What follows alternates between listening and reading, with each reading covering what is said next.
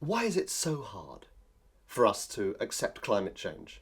We've got 20 years of overwhelming scientific evidence now, and the majority of people accept that there is a major problem if they're asked if climate change is a problem. But if we go out and ask them, what are you concerned about? Almost nobody mentions climate change.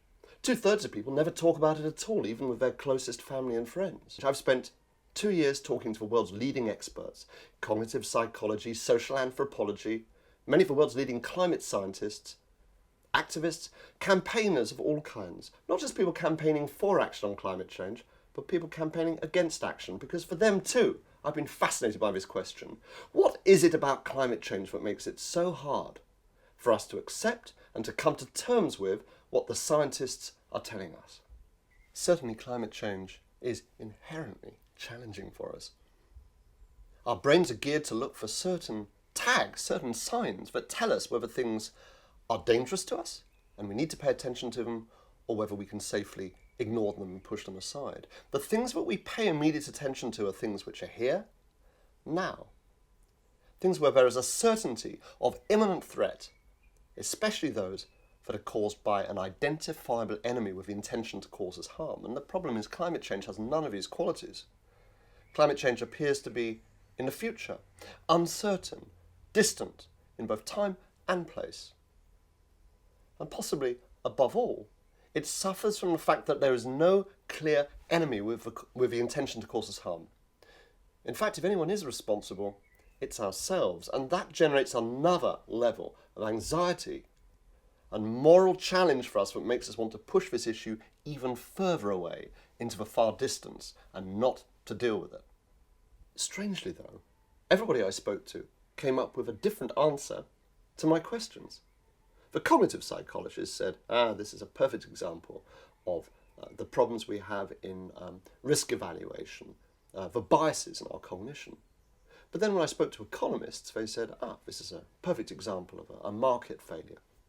When I spoke to campaigners, both campaigners for action on climate change and campaigners against action on climate change, they said the same thing. They said, it's all about corruption, it's all about political failure. What I came to realise was that actually the main reason we ignore climate change is because it is shaped by the people telling the story, that to make sense of it, to deal with the fact that it does not contain the tags and the signals that we require to tell us that it's a threat, we put those in ourselves. We create stories and narratives around it that are shaped in our own image. That means that when we're speaking to people like ourselves, we make eminently good sense. But as soon as we speak outside our group, as soon as we try and speak to other people, it does not adequately convey the threat that we are dealing with.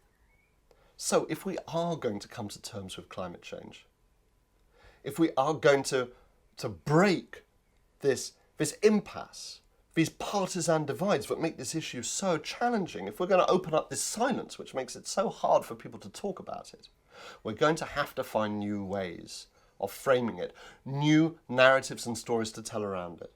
Because climate change ultimately only has the shape we give it, and we can choose that shape. We can redefine it in new ways. Just as I argue that we are in some ways wired to ignore climate change, we have to remember that we have immense capacity to work together, immense capacity for empathy, cooperation, working productively, for shared issues, for shared concerns and shared objectives.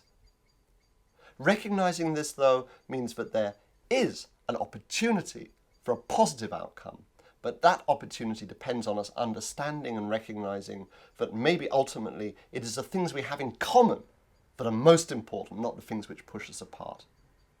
Thank you. I hope you enjoy my book.